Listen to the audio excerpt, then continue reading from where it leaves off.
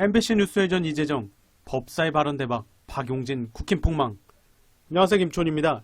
21대 국회 후반기가 시작된 지 1주째지만 국힘 억지로 공백 상태가 계속되고 있는데요. 이런데도 국힘 권성동은 결국 원내 제1당인 민주당의 책임입니다. 민주당이 약속을 파기해서 안 됐기 때문에 법사위만 주면 일사천리 진행될 건데 왜 고집하는지라며 억지를 부리며 이제는 법사위의 체계 자구 심사권을 조정해야 한다는 야당 일각의 주장까지 일축했습니다. 민주당 내에서는 법사위 체계 자구 조정권을 수정해 권한을 축소하는 것을 전제로 법사위원장 자리를 국힘에 넘겨주는 것도 검토해볼 수 있지 않겠느냐는 의견이 나오지만 국힘은 의미가 없는 제안이라고 그것도 쐐기를 박았는데요. 권성동. 민주당은 지난 21대 전반기처럼 법사위원장을 독식하자니 민심 위반이 두렵고 돌려주자니 원죄가 있어 빈 껍데기만 주겠다는 것이다. 이런 가운데 민주 박용진은 금일 뉴스외전 포커스에 나와서 법사위원장 약속대로 국민의힘에 넘겨줘야 소탐 대실하면 안 돼라며 막 던졌습니다. 관련해서 이재정 민주위원은 금일 뉴스외전 맞수다에 나와 법사위 관련 제도 관련해 시원하게 정리했습니다. 이재정. 법사위원장 양보한다 안 한다가 아니라 조금 전에 우리 당 박용진 의원님도 와서 양보한다 이런 이야기를 했는데 그건 굉장히 단견인 것이다.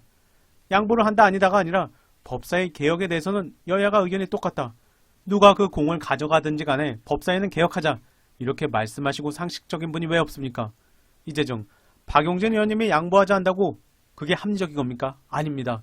그건 술수안에 하는 것이고 저는 법사위 개혁, 법사위가 상원처럼 군림하고 모든 차관을 다 불러서 정치적인 배설장구처럼 활용되는 것에 대해서 단호하게 제동거래하고 그 다음에 누가 가져가든 저는 그 다음 문제라고 보고 이걸 논의 안 하는 게 문제라고 본다. 바로 상원처럼 구는 법사위 제도 개선하고 나면 줄 수도 있다는 것인데 관련해서 이재정. 그렇게 되면 국힘이 가지기 싫다 이건데 그러면 우리 민주당이 다른 중요한 상임위를 드리고 가져와도 좋다. 무엇이든 상관없다. 그리고 자꾸 협의 이야기하시는데 계약서가 여러 장 있는데 제일 최종적으로 도장 찍은 계약서를 무의로 돌리고 종이짝 처리하고 그 전에 계약서는 지켜라고 이야기하는 게 지금 맞는 겁니까? 사법개혁 중재한 경우 원내대표가 뻔히 도장까지 찍어 와가지고 의총에서 추인까지 한 거 가지고 나몰라로 했던 건 어쩔 거냐? 납득이 안 간다. 그러자 맞은편에 앉아있던 조혜진 의원은 다시 번복한 건 그건 죄송합니다. 이렇게 이재정 의원은 법사위 양보론을 펼치는 박용진도 날리면서 국힘도 합도해버렸습니다. 그런데 박용진 의원은 국힘 조혜진 의원보다 더 국힘스러운 입장을 미디어에 연일 뿌리고 다니고 있는데요. 이현욱 의원 날려버린 양문석. 이어서 사이다 발언으로 활약 중인 양문석 후보 소식 전해드리겠습니다. 양문석. 훌리건? 이현욱이 훌리건이다 하면 좋겠냐? 스타 시스템은 연예계에만 통용되는 게 아니다. 노무현 전 대통령 이후 우리나라 정치는 스타 정치인 중심으로 새로운 권력을 창출하고 국정의 운영의 동력을 유지했다. 탈당과 분당의 기본 조건이 차기 대통령 후보를 보유하고 있느냐 없느냐 하였고 성공과 실패를 예측하는 기준이 되었다. 이현욱 의원이 갑자기 공정한 채 중립적인 채 이재명, 이낙연의 팬클럽을 싸잡아 정치 훌리건으로 매도하고 거리두기를 요청한다. 이재명을 향해 상처뿐인 영광 운운하며 전장에서 귀환한 장수를 조롱하고 대표 수박을 자처하더니 갑자기 민주당의 조율사처럼 행세하는 게 꼴사납다. 훌리건의 뜻을 알고나 감히 그따위 표현을 사용하는가? 감히 누굴 향해 그따위 밥 말아먹는 단어를 사용하는가? 그 입이 동지의 뒤통수가 아닌 국힘당을 향해 제대로 발사된 적은 있는가? 훌리건. 이현욱 의원에게 나는 불량배 훌리건이라는 가시면류관을 씌워주고자 한다. 어디서 못된 정치를 배워서 열성 지지자를 보수 언론의 프레임 강성 지지자 따위에 구속시키려 하나. 이현욱 의원이 팬덤과 훌리건의 개념 차이를 몰라서 짓거린 말실수쯤으로 넘어간다 이번에는. 참고 내게 예의 따위를 요구하지 마라. 당신들보다 훨씬 예의범절로 무장된 세 번의 낙선 과정에서 건방지다는 소리 듣지 않는 낙선자다. 번외 역시 그녀들은 천재였다. 양산대박. 금일 경찰은 경남 양서사저 인근에서 이어지고 있는 집회를 두고 논란이 지속되는 가운데 경찰 합법적인 집회 시위는 보장하되 소음 기준을 초과하거나 지역 주민들의 사생활 평온을 뚜렷하게 해치는 등 불법에 대해선 법과 원칙에 따라 엄정 대응할 예정이다라고 하나만한 소리를 이어갔습니다. 참고로 제72대 양산경찰서장은 올해 취임사에 주민 속에 살아 숨쉬는 따뜻한 경찰로 새 출발하자는 것이었는데요. 취임사와 다르게 평산 마을 주민들이 피해를 받고 있는데 하나만한 소리만 하고 있는 상황입니다. 이런 상황에서 덕구에서는 양산사저에 대한 신박한 해결법을 전했습니다.